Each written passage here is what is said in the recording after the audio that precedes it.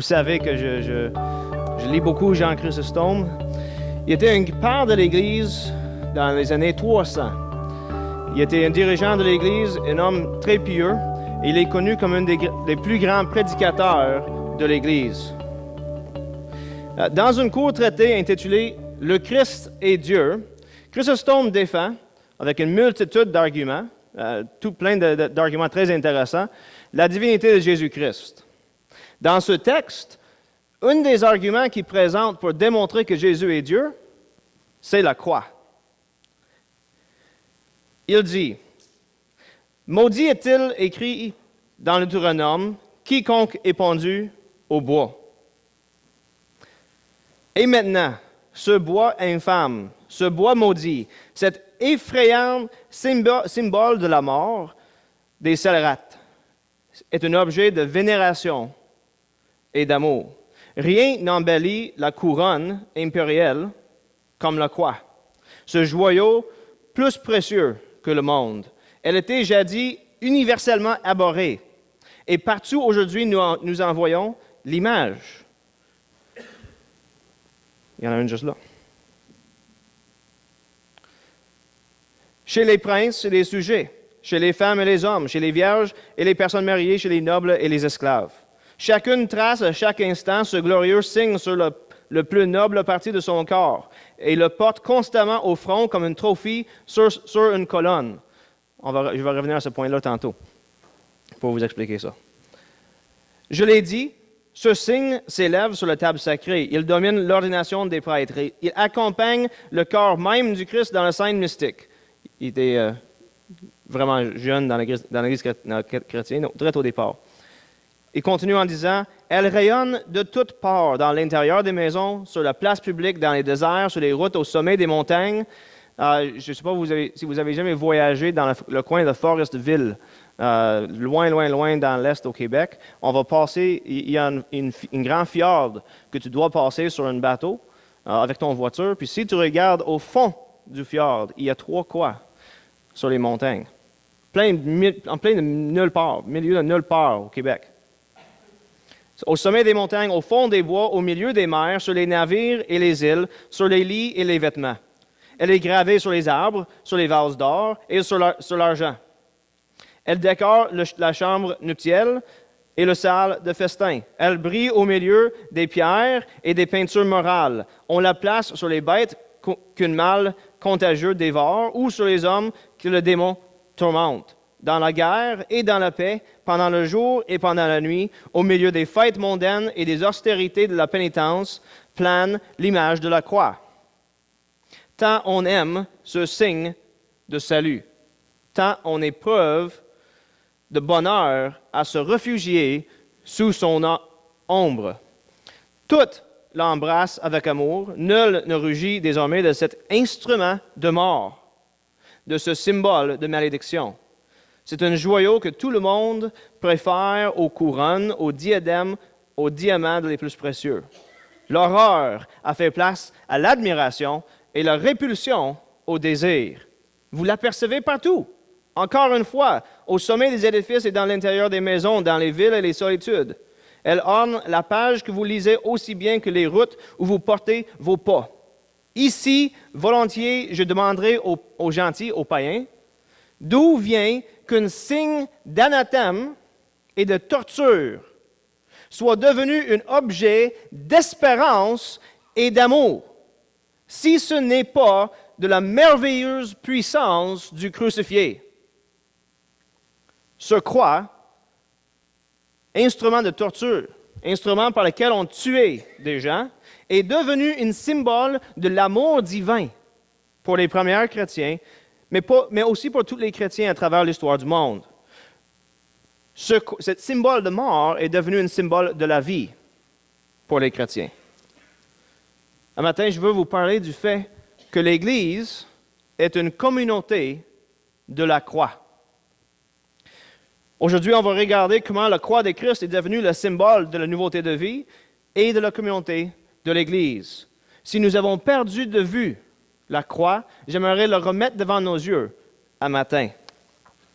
Premièrement, regardons la signification de la croix dans l'Empire romain, dans le 1er siècle. Un auteur au début des années 1900, Horacio Bonheur, il a dit ceci. La mort sur la croix a toujours été, par-dessus de toute autre, la mort de la honte. Le feu, l'épée, la hache, la pierre, le poison ont chacune à son tour été utilisés par la loi comme moyen d'exécution. Mais ceux-ci ont été, dans de nombreux cas, tellement associés à l'honneur que la mort par l'intermédiaire de ceux-ci n'a pas été comptée comme soit maudit, soit honteux. Ce n'est pas ça pour le croix. Sa victime, clouée en agonie sur le bois rugeux, suspendue, nue et déchirée au regard des multitudes, a toujours été vu comme un être humain honteux et dégradé, plus à moquer que pitié. Chez les Juifs et les gentils, le mal et le bien-être, la malédiction et non la bénédiction ont été liés à la croix. Dans la pensée et les symboles humains, c'était traité comme un synonyme d'ignominie, de faiblesse et de criminalité. La mort sur la croix romaine était une des morts les plus douloureuses et honteuses que l'homme a inventées. Le crucifié, qui était suspendu au bois, avait des clous percés, non à travers les mains. Okay? Souvent, dans les vieilles films, souvent, on mettait le clou à travers la main. Sauf que, aussitôt que la personne aurait été pendue sur le bois, le clou aurait passé à travers les doigts. Il ne le mettait pas dans la main. Il mettait le clou ici, entre les deux os, dans la poignée. Ce qui faisait qu'une fois qu'il est cloué sur la croix, puis la croix était élevée, puis tout le poids du crucifié a tombé sur les clous allaient, les bras allaient sur les clous. OK? Et donc, il serait suspendu comme ça sur les deux bras, les deux pieds fixés par un clou à travers, une par-dessus de l'autre. Et tout son poids était suspendu sur ces trois clous. Le crucifié était aussi nu ou quasiment nu. Il avait été battu quasiment à mort, probablement avant d'être mis sur la croix.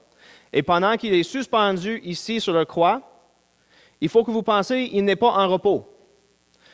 Pour pouvoir respirer, il doit se forcer, pas avec ses mains. Si tu penses à quelqu'un qui fait des chin-ups, il prend une barre puis il s'élève. Le crucifié devait forcer sur les clous qui étaient dans ses poignets et sur le clou qui était dans son pied pour s'élever de même pour pouvoir respirer.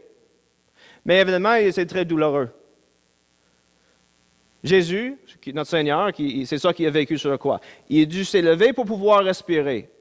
Mais une fois que la douleur est trop intense, il doit faire quoi? Il se repose et tout son poids tombe sur les clous encore. Mais il n'est plus capable de respirer. Donc, il doit se relever encore pour respirer. La douleur est trop intense, il se relâche, il doit encore respirer, donc il se lève. Et c'est ça que les crucifiés faisaient. Ils pouvaient faire pendant des heures et pendant des jours sur la croix. C'était loin d'être quelque chose de beau. En plus de ça, quand il est en train de s'élever puis de descendre sur la croix, il ne faut pas penser à une bois qui est toute lisse et beau comme le char qui est ici. Il faut penser à une boute de bois où il y en avait c'était rough. Ça a graffiné son dos, qui était probablement déjà lacéré à cause et battu. Michael Bird, un auteur d'Australie, il écho Jean Chrysostome, quand Jean Chrysostome il parle du fait que la croix n'était pas quelque chose de beau. Michael Bird il dit ceci. Personne ayant vu une crucifixion aurait pensé que c'était quelque chose digne d'être transformé en œuvre d'art ou utilisé comme modèle pour des bijoux. Si vous avez déjà vu une crucifixion, et ils étaient communes dans les endroits comme Judée, l'expérience aurait été vraiment terrifiante. Cela vous laisserait avec des souvenirs irrépressables d'hommes à moitié morts et nus, qui étaient en train de mourir qui mouraient d'une mort qui allait prolonger pendant plusieurs jours, souvent. Couverts de sang et de mouches, leur chair rongée par des rats, leurs membres déchirés par des chiens sauvages, leur visage piqué par des corbeaux. Les victimes étaient moquées continuellement et raillées par les tortionnaires qui jouissaient de leur métier. Peut-être même il y avait les familles des crucifiés proches à côté en train de regarder tout ça arriver à ceux qui aimaient, pleurant de manière incontrôlable et totalement impuissants à faire quoi que ce soit pour le crucifier. C'était ça qu'on voyait quand on voyait une crucifixion. C'est ça que notre Seigneur Jésus-Christ a vécu sur la croix. La croix, dans le premier siècle, n'était pas quelque chose de beau. C'était au contraire la pire manière de mourir. C'était la manière par laquelle on tuait des criminels et des ennemis politiques. Mais pas juste de les tuer. Si on voulait les tuer, on pourrait, et en fait, chaque citoyen romain avait le droit d'avoir la tête enlevée par épée. Donc, on coupe la tête, puis c'est fini. On pourrait faire ça, puis il le faisait souvent. Paul, à un moment donné, il mentionne ça. OK? Non, la crucifixion était une manière de torturer des personnes en les exposant devant les foules, en train de mourir, d'une des morts les plus douloureuses que tu pourrais souffrir. Des médecins, dans la fin des années 1800, début 1900, nous expliquent que la mort sur la croix, c'est essentiellement une noyade à sec. OK? Et on nous dit que la noyade, déjà, c'est une des morts les plus douloureuses que tu peux souffrir. Imaginez noyer à sec, nu, devant une foule de personnes qui te regardent et qui moquent de toi, après avoir été battu. Mais pas juste en train de noyer, tu as des clous percés à travers tes bras et tes pieds. C'est ça que Jésus a vécu. La croix était une véritable horreur et le sujet des pires cauchemars des gens. Ce n'était pas du tout quelque chose de bien ou de beau. De plus, les Juifs, depuis le temps de Moïse, regardaient ce type de mort comme étant une malédiction divine. Jean Chrysostome y fait mention, je vais vous lire le verset ce qu'il lui a dit, Deutéronome chapitre 21, les versets 22 à 23, Dieu dit ceci, « Si l'on fait mourir un homme coupable d'un péché passible de mort, et que tu l'as pendu à un bois, son cadavre ne passera pas la nuit sur le bois, mais tu l'enseveliras le jour même, car celui qui est pendu est un objet de malédiction auprès de Dieu. Et tu ne souilleras pas le territoire que l'Éternel, ton Dieu, te donne pour héritage. » Donc, d'être pendu sur un croix romain était une démonstration pour les Juifs, cette personne est maudite de Dieu.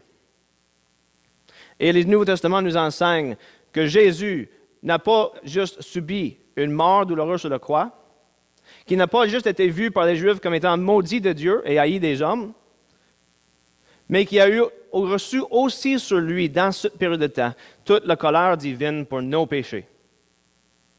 Il était un objet de colère devant Dieu. Pourtant, et pourquoi est-ce que je vous peindre une image si dégueulasse et effrayante, horrible du croix? Parce que la croix est devenue la symbole de l'Église.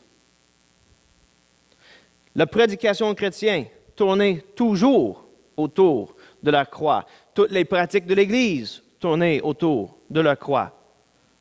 Cet symbole qui, pour des gens, pour des chrétiens du premier siècle, eux, ils le voyaient comme une source de malédiction, comme quelque chose de dégueulasse, ce croix est devenu pour ces mêmes personnes, quelques mois après, quelque chose de beau, de bien, une source de joie et d'espoir.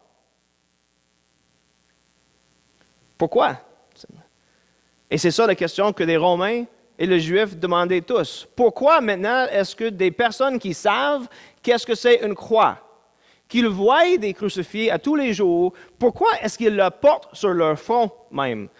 Pourquoi est-ce qu'ils sont fiers de porter ça? Jean Chrysostome, dans le même texte, il soulève le point, combien de vous portez comme bijou le corde par lequel on fait pendre quelqu'un? Est-ce que vous voyez des gens qui décorent leur maison avec une hache qu'on utilise pour enlever des têtes? On voit-tu ça dans les portes? Ou une guillotine?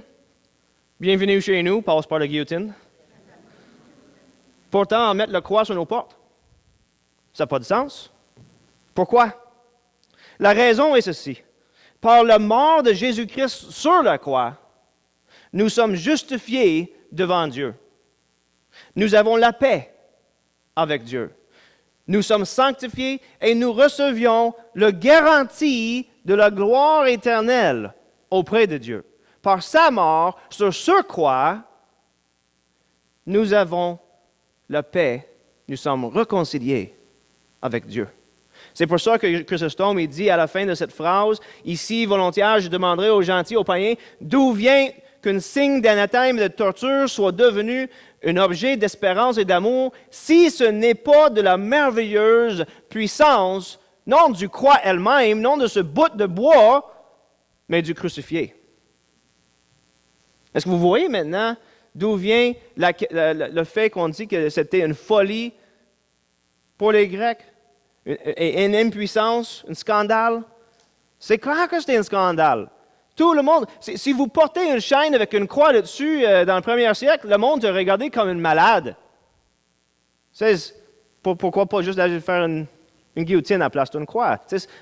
Si tu voyais des gens qui se promenaient avec des guillotines aujourd'hui autour de leur cou, voilà mon nouveau bijou, qu'est-ce qu'on penserait? C'est quoi? Es-tu morbide, toi? Il me semble que c'est dégueulasse un peu. C'est pour ça que c'était une folie puis un scandale. Il n'y a aucune puissance dans un homme qui est crucifié par l'Empire romain. Au contraire, l'Empire romain vient de démontrer clairement que leur puissance a vaincu l'homme crucifié. Puis pour les Juifs, il n'y a rien de beau dedans. C'est un scandale. Pourquoi? Parce que Dieu a dit, celui qui est pendu sur le bois est maudit de Dieu.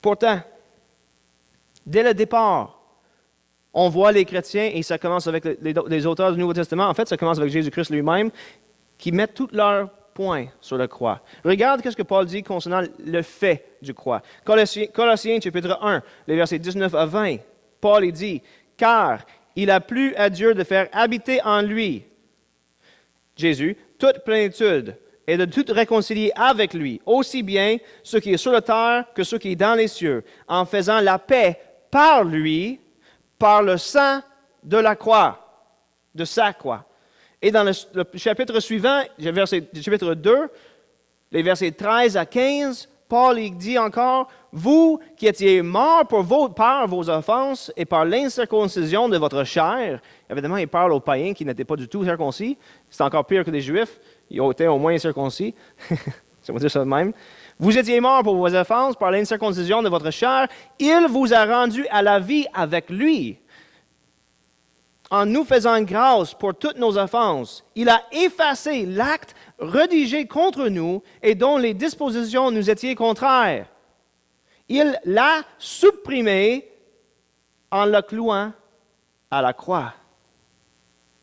Il a dépouillé les principautés et les pouvoirs et les a publiquement livrés en spectacle, en triomphant d'eux par la croix. » La croix de Jésus-Christ, non seulement est-ce que c'était la manière par laquelle nos péchés ont tous été effacés. Paul dit ici, vous aviez un gros dossier. Tu sais, si vous parlez d'un dossier judiciaire, là, on avait tous des gros dossiers judiciaires. Dieu a cloué ça sur la croix. C'est effacé. Pas juste ça. Il a réduit à impuissant toutes les puissances spirituelles qui s'élevaient contre lui. En Romains, Paul dit, « Car lorsque nous étions encore sans force, » Romains chapitre 5, verset 6, « Christ, au temps marqué, est mort pour des impies. À peine mourrait-on pour un juste, quelqu'un peut-être aurait le courage de mourir pour un homme qui est bon, Mais en ceci, Dieu prouve son amour envers nous. Lorsque nous étions encore pécheurs, Christ est mort pour nous, les pécheurs.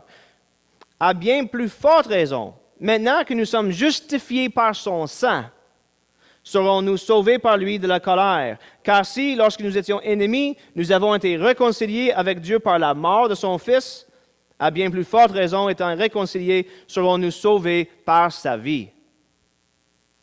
Plus encore, nous nous glorifions en Dieu par notre Seigneur Jésus-Christ, par qui, maintenant, nous avons obtenu la réconciliation. Regarde l'œuvre que Jésus a faite sur la croix. Toute l'humanité était condamnée comme des pécheurs devant Dieu. Il n'y avait aucune espérance. Il n'y avait rien qu'on pouvait faire.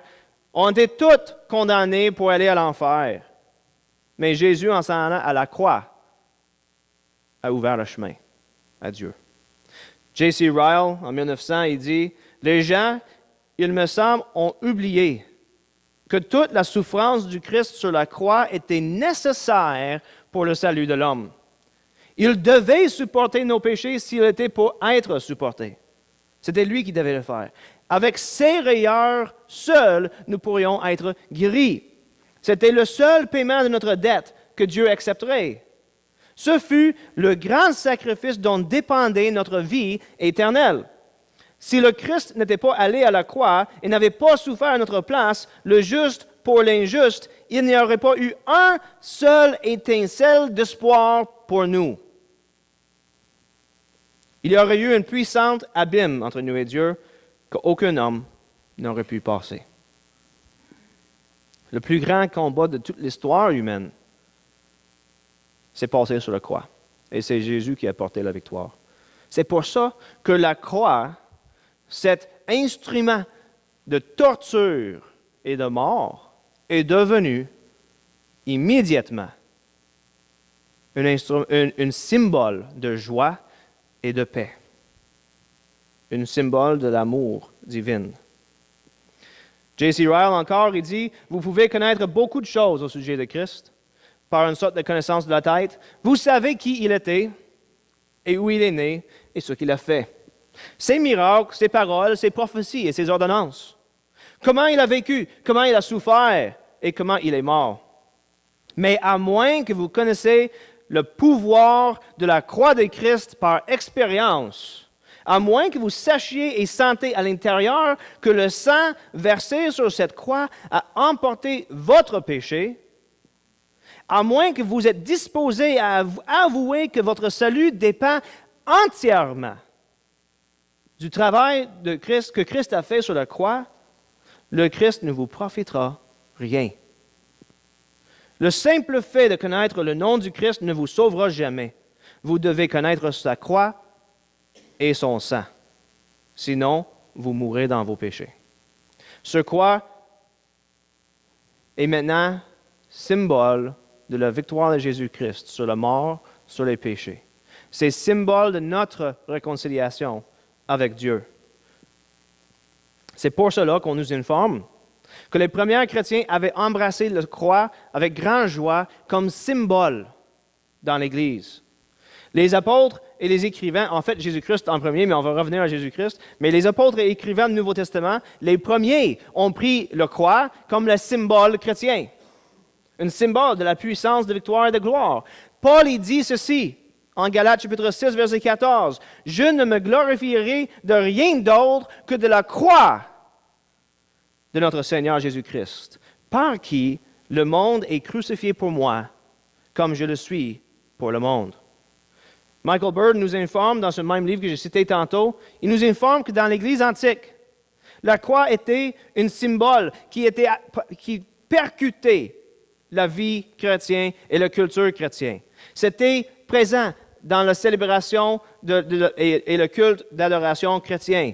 C'était dans toutes les premières hymnes. Si vous lisez par exemple Philippiens chapitre 2, versets 5 à 11, nous avons un exemple une des premières hymnes du chrétianisme.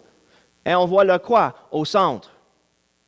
On le voit central à l'Évangile, central dans le baptême, dans le repas du Seigneur, et on va voir tantôt, dans la discipline de l'Église, dans la liberté des chrétiens, et même dans les œuvres d'art chrétiens. La croix est partout.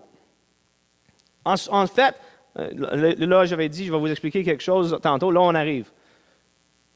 Jean Chrysostome, il mentionne que les chrétiens, avec fierté, portaient le signe de la croix sur leur membre le plus élevé, c'est-à-dire, ils portaient ça sur leur front. OK? Tertullien en parle de plusieurs pratiques de l'Église dans le 2e, 3e siècle après Jésus-Christ.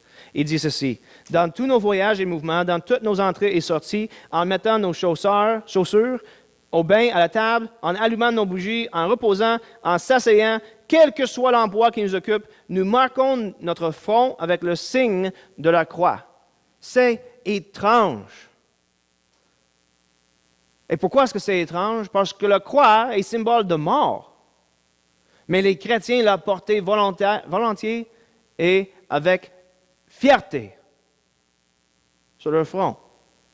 On voit quelque chose de semblable aujourd'hui quand on voit des femmes ou des fois des hommes là, qui portent des petites boucles d'oreilles avec une croix là-dessus. Ou une petite chaîne avec une croix là-dessus. Ou des fois, ceux qui sont un peu plus osés, ils ont pas moins peur des jugements, bien, ils vont mettre une croix en tatouage sur un bras ou sur une épaule. Pourquoi est-ce qu'ils font ça? Parce qu'ils voient à quel point la croix est importante. Du moins, c'est pour ça qu'ils devraient le faire. S'ils le font juste parce qu'ils trouvent que le bijou est beau, ils passent à côté de l'importance de la croix. La croix, pour les premiers chrétiens, n'était plus un symbole de la mort. Et ils vivaient encore dans une société qui crucifiait des personnes. Ils voyaient toujours des personnes crucifiées, et souvent, les chrétiens étaient crucifiés. Mais ce n'était plus un symbole de la mort. C'était un symbole de vie et de puissance. Le véritable christianisme, je vous dis, est une communauté de la croix. Prenons le temps pour regarder comment que la croix passe à travers, percute le culture chrétien, la communauté de la croix. Nous sommes appelés, premièrement, chacun de nous, à devenir des disciples de la croix. On a déjà vu qu'est-ce que Paul a dit. Un disciple pour Paul, c'est quelqu'un qui est crucifié avec le Christ au monde, qui ne se glorifie pas de lui-même, mais qui trouve sa gloire dans la croix. Ça, c'est un vrai disciple pour Paul. Ce n'est pas moi que je veux glorifier, c'est la croix que je veux glorifier. Mais tu sais, Paul n'a pas pris ça de l'air. Ça vient de Jésus-Christ en premier. En Luc, chapitre 14, verset 27, Jésus-Christ il dit ceci: « Quiconque ne porte pas sa croix et ne me suit pas ne peut pas être mon disciple. » Matthieu, il rajoute un petit peu à cette phrase quand il dit « Celui qui aura gardé sa vie la perdra, et celui qui aura perdu sa vie à cause de moi la retrouvera. » Jésus-Christ affirme que être un disciple de lui, c'est de porter sa croix. On peut quasiment voir, je ne sais pas si vous faites des randonnées des fois, là, souvent dans les randonnées, les pistes sont petites, fait que tu vois chacune, c'est une qui passe une après l'autre avec un sac à dos sur son dos. La formation des disciples chrétiens. Le vrai disciple chrétien, c'est celui qui suit le Seigneur. Le Seigneur a pris son croix, le disciple prend le sien et on marche. On marche dans ses pas. Être un disciple de Jésus-Christ implique qu'on meurt à ce monde et les choses de ce monde et qu'on vit pour Jésus-Christ. Être un disciple de Jésus implique qu'on poursuive la sanctification personnelle, ce qui est de mourir à nos propres désirs et d'apprendre à vivre selon les siens. Vous n'avez pas encore lutté jusqu'au sang, dit l'auteur des Épîtres aux Hébreux. Pourquoi est-ce qu'il dit « Vous n'avez pas lutté encore jusqu'au sang » ? Bien parce que Jésus a lutté jusqu'au sang contre le péché. Sa propre sang qui est versé pour nous. « Je suis, dit Paul en Galates chapitre 2, verset 20, crucifié avec Christ. Et ce n'est plus moi qui vis, c'est Christ qui vit en moi. Ma vie présente dans la chair, je la vis dans la foi au Fils de Dieu qui m'a aimé et qui s'est livré à la croix lui-même pour moi. » La croix et la crucifixion sont utilisés comme des symboles du sacrifice du croyant, de celui qui veut être un disciple de Jésus-Christ. Et nous sommes appelés, chacun de nous, à prendre notre propre croix. Nous sommes des disciples crucifiés d'un Seigneur crucifié. Nous sommes crucifiés à ce monde et ce monde à nous par la croix de Christ. Mais en plus, nous avons besoin de prendre notre propre croix et la porter. Ce n'est pas sa croix qu'on porte. Ce n'est que lui qui peut la porter. C'est notre propre croix. Nous appelons à renier soi-même, à renier la chair, à renier ce monde. Nous indiquant la voie de l'humiliation et de l'épreuve, de la travail, de la faiblesse, de la reproche, comme étant la voie qui a été prise par notre propre maître et que nous, on devrait nous-mêmes suivre. J.C. Ryle, dans le même enseignement que j'ai cité tantôt, il dit ceci. « Méfiez-vous de n'importe quelle religion dans laquelle la croix n'est pas vraiment présente. » Il fait remarquer que la croix, c'est le fondement de la prospérité de l'Église. Et il ne parle pas ici de l'argent.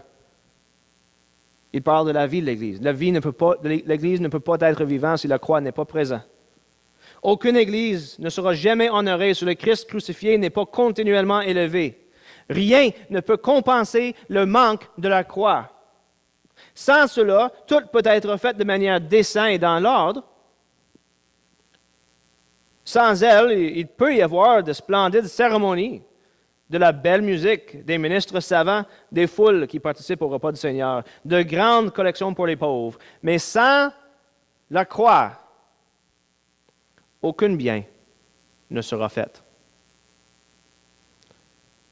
Quand on regarde à travers la Bible, à travers le Nouveau Testament, nous voyons que chacun des aspects de l'Église qui sont importants, qui sont donnés à l'Église comme quelque chose qu'ils doivent faire, chacune est liée à la croix. La prédication dans l'Église. Le Nouveau Testament enseigne très clairement que l'Évangile et la prédication de l'Évangile, c'est la tâche principale de l'Église. C'est bien beau vouloir faire tout plein d'activités pour attirer des gens à l'Église. C'est bien beau vouloir faire tout plein d'activités entre nous autres pour l'encourager. Si la croix n'est pas présente, ça ne sert à rien. Et si la croix n'est pas prêchée, ça ne sert à rien. Paul, en Romains chapitre 10, il dit ceci. Comment donc invoqueront-ils celui en qui ils n'ont pas cru? Et comment croiront-ils en celui dont ils n'ont pas entendu parler? Et comment entendront-ils parler de lui sans prédicateur? Et comment y aura-t-il des prédicateurs s'ils ne sont pas envoyés? En 1 Corinthiens, Paul dit ceci. Car la parole de la croix est folie pour ceux qui périssent, mais pour nous qui sommes sauvés, elle est puissance de Dieu. Quelques versets plus tard, il dit ceci. Car, puisque le monde, avec sa sagesse, n'a pas connu Dieu dans la sagesse de Dieu, il a plu à Dieu de sauver les croyants par la folie de la prédication. Les Juifs demandent des miracles et les Grecs cherchent la sagesse. Nous prêchons Christ crucifié. On prêche la croix. Scandale pour les Juifs et folie pour les païennes. Mais pour ceux qui sont appelés tant Juifs que Grecs, Christ, puissance de Dieu et sagesse divine. En effet, Paul explique que sa propre approche à l'évangélisation n'est pas d'arriver avec des belles paroles nécessairement, ou avec des paroles trompeuses même, qui pourraient juste pour faire croire des gens. C'est pas ça son but. Il dit, pour moi, frère, lorsque je suis allé chez vous, ce n'est pas avec une supériorité de langage ou de sagesse que je suis allé vous annoncer le témoignage de Dieu. Car je n'ai pas jugé bon de savoir autre chose parmi vous, sinon Jésus-Christ et Jésus-Christ crucifié. La croix au centre de l'évangélisation. Ce n'est pas Paul seul qui dit que la prédication est le rôle principal de l'Église. Jésus lui-même le dit quand il nous a envoyés aller dans toutes les nations et faire des disciples enseignants à obéir tout ce que je vous ai donné. La prédication est au centre du ministère de l'Église. En Actes chapitre 6, qu'est-ce qui se passe? On voit à deux places, deux versets dans Actes chapitre 6, où ce que les anciens et les apôtres, ils disent, notre rôle, notre but, c'est d'enseigner l'Évangile. Donc, il nous faut des diacres pour s'occuper des autres choses, pour qu'on puisse, nous autres, se donner à la tâche que Dieu nous a donnée, de prêcher l'Évangile. Dès le départ, la prédication de la croix est le cœur de l'Église. La communauté de la croix est appelée à la prédication de la croix. Le baptême, le même verset que je viens de mentionner, Matthieu 28, 19 à 20, Jésus donne 2 tâches à l'Église. Faire des disciples. En faisant quoi? Les enseignants à m'obéir, tout ce que je vous ai enseigné, et 2, les baptiser. Le baptême est lié à la mort de Jésus-Christ. Le baptême est un symbole par lequel on démontre que nous sommes morts avec Jésus-Christ sur la croix et ressuscités avec lui de la mort à la nouveauté de vie. Regarde ce que Paul dit en Romains chapitre 6. Ignorez-vous que nous tous qui avons été baptisés en Christ Jésus, c'est en sa mort que nous avons été baptisés? Nous avons donc été ensevelis avec lui dans la mort par le baptême, afin que, comme Christ est ressuscité d'entre les morts, par la gloire du Père, de même aussi nous marchions en nouveauté de vie. En Colossiens chapitre 2, verset 12, il dit quelque chose de semblable. Ensevelis avec lui par le baptême, vous êtes aussi ressuscités en lui et avec lui par la foi en la puissance de Dieu qui l'a ressuscité d'entre les morts. Le baptême est un symbole chrétien par lequel nous, on s'affilie à la mort de Jésus-Christ sur la croix et à sa résurrection du tombeau. La communauté de la croix démontre qu'ils s'associent à la croix par le baptême public, par lequel ils annoncent publiquement à tous ceux qui sont présents qu'ils sont morts et ressuscités avec Jésus-Christ. Mais ce n'est pas tout, il y en a plus. La discipline de l'Église, il faut qu'on en parle. Dans son épître à Tite, Paul lie la discipline de l'Église à la croix. Il dit, « Car nous aussi, nous étions autrefois insensés, désobéissants, égarés, asservis à toute espèce de désir et de passion, vivant dans la méchanceté et dans l'envie, odieux et nous haïssant les uns les autres. Mais lorsque la bonté de Dieu notre Sauveur et son amour pour les hommes ont été manifestés, il nous a sauvés. Non parce que nous aurions fait des œuvres de justice, il nous a sauvés pas parce qu'on était beaux, ou bien, gentils ou justes, mais par sa propre miséricorde, par le bain de la régénération et le renouveau de l'Esprit Saint. Il a répandu sur nous avec abondance, par Jésus-Christ notre Sauveur, afin que, justifiés par sa grâce, nous devenions héritiers dans l'espérance de la vie éternelle. Cette parole est certaine, dit Paul, et je veux que tu insistes là-dessus, afin que ceux qui ont cru en Dieu s'appliquent à exceller dans les bonnes œuvres. Notez, notre sanctification personnelle, le fait qu'on devrait faire des bonnes œuvres, est lié à la croix de Jésus-Christ. Parce qu'il est mort pour nos péchés, on devrait chercher à exceller dans les œuvres bonnes. Et pas plus, et c'est plus. Il dit, voilà ce qui est beau et utile aux hommes. Mais, même contexte. À cause de la croix, on devrait faire des bonnes œuvres, mais aussi à cause de la croix, évite les folles discussions, les généalogies, la discorde, les disputes relatives à la loi, car elles sont inutiles et vaines. Éloigne de toi, après un premier et second avertissement à celui qui cause des divisions, sachant qu'un tel homme est perverti, qu'il pêche et se condamne lui-même.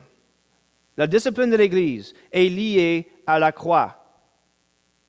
À cause de la mort de Jésus-Christ sur la croix, nous devrions, 1, s'appliquer à s'exceller dans les œuvres bonnes, 2, éviter les mauvaises œuvres, et 3, éloigner de nous tous ceux qui ne font pas pareil. La communauté de la croix s'exhorte mutuellement et parfois est obligée d'aller jusqu'à la discipline de l'Église pour qu'on poursuive la sanctification personnelle, pour qu'on vit selon la croix. La liberté humaine, la liberté du croyant est aussi liée à la croix. Si vous lisez Romains chapitre 14, 1 Corinthiens chapitre 8 et Colossiens chapitre 2, vous allez découvrir que les libertés que nous avons comme chrétiens sont à cause de la croix de Jésus-Christ.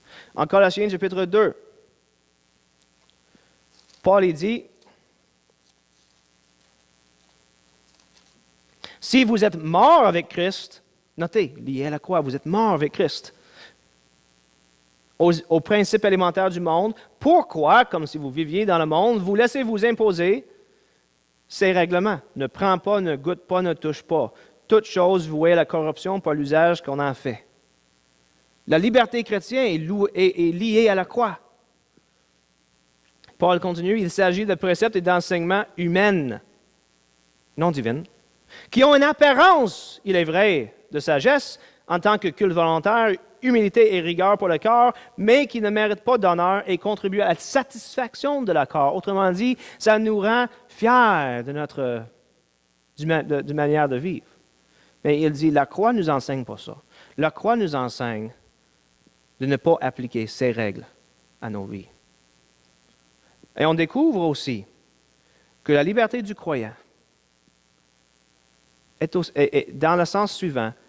Quand un chrétien qui reconnaît qu'il a ses libertés, par exemple la liberté de prendre de l'alcool en modération, quand il reconnaît qu'il a cette liberté, mais qu'il ne le fait pas parce qu'il est en présence avec un autre frère qui sait va tomber dans l'alcoolisme, et donc qu'il lâche sa propre liberté, qu'il la mette de côté. Quand il fait ça, il est en train de faire ce que Jésus a fait sur la croix pour nous. Et c'est ça que Paul nous enseigne en Romains chapitre 14 et Romains chapitre 15. Où ce qu'il dit en Romains chapitre 15, si vous regardez le contexte de Romains chapitre 14, le premier verset, il commence en disant « Faites bon accueil à celui qui est faible dans la foi, sans discuter des opinions. » Là, il parle de la liberté que nous avons comme croyants, de prendre différents aliments, de célébrer certaines fêtes. Puis il finit, verset chapitre 15, la dernière phrase de toute cette section, « Faites-vous mutuellement bon accueil comme Christ vous a accueillis. » Comment est-ce qu'il nous a accueillis? Les versets précédents, sur la croix. Il est venu, il est mort pour nous autres sur la croix. Et il nous a ouvert la porte pour rentrer dans sa maison. La liberté chrétienne et la mise de côté de nos libertés, pour le bien de l'autre, sont tous les deux liés à la croix. Le repas du Seigneur, j'en ai même pas parlé encore, je vais faire ça rapidement. Le repas du Seigneur est étroitement lié à la croix. Dieu sait que nous sommes des personnes oublieuses.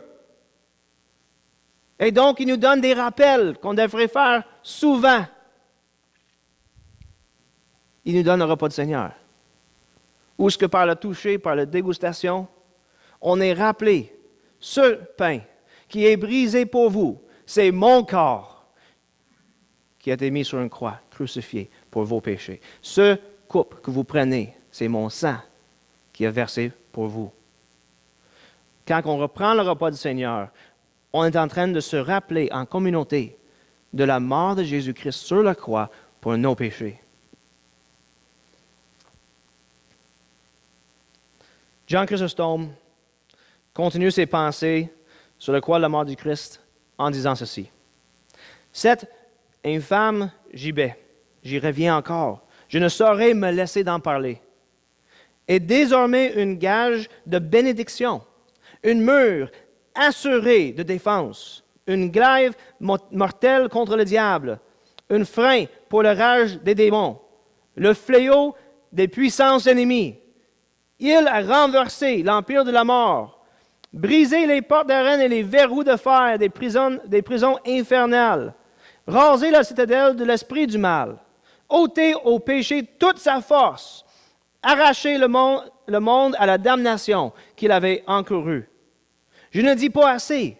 Ceux qui n'avaient pas pu la mer divisée, ni les rochers fondus, ni l'herbe bouleversée, ni la manne tombant dans le désert pendant 40 ans et nourrissant des milliers d'hommes, ni la loi donnée au peuple, ni les signes accomplis, soit dans le désert, soit dans la terre promesse, ceux qui ne pouvaient pas faire aucune de ces affaires-là, la croix seule, ce bois maudit, abhorré de tous les hommes, objet d'exécration universelle, a pu l'accomplir complètement et sans force, quand une fois elle eut été baignée dans le sang de Jésus. Prions.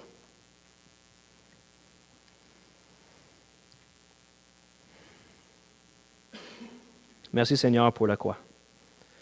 Par ce quoi tu as vaincu la mort, le péché et le diable, nous donnant la vie, nous conduisant dans la sainteté et nous libérant de tout ce qui est dans le monde, la convoitise de la chair, la convoitise des yeux et l'orgueil de la vie. Par cette même puissance qui était à l'œuvre sur ta croix, donne-nous, je te prie, salut et sainteté en toute tentation, joie et paix en toute tribulation, lumière et force en toute parole et action, et suprême protection à la mort. Que ta croix et la puissance divine par laquelle tu as ressuscité de la mort soient pour nous une armure de foi et un bouclier de bonne volonté. Qu'elle soit l'expulsion de nos vices, l'extinction des tentations et des désirs impurs, l'augmentation de la charité, de la patience, de l'humilité, de l'obéissance et de toutes les vertus. Une ferme défense contre les embûches de mes ennemis, visible aussi bien qu'invisible, un apaisement complet de ma chair comme de mon esprit, une adhésion très ferme à vous, Dieu unique et véritable, un heureux achèvement de nos fins. Bonté suprême, ô Jésus, on vous demande un cœur épris de vous, qu'aucun spectacle, aucun bruit ne puisse distraire, un cœur fidèle et fier, qui ne chancelle, qui ne descend jamais, un cœur indomptable, toujours prêt à lutter après chaque tempête, un cœur libre, jamais séduit, jamais esclave, un cœur droit, qu'on ne trouve jamais dans les voies tortueuses. Donne-nous d'être dignes de porter nos croix en imitation de toi tous les jours de nos vies. Amen.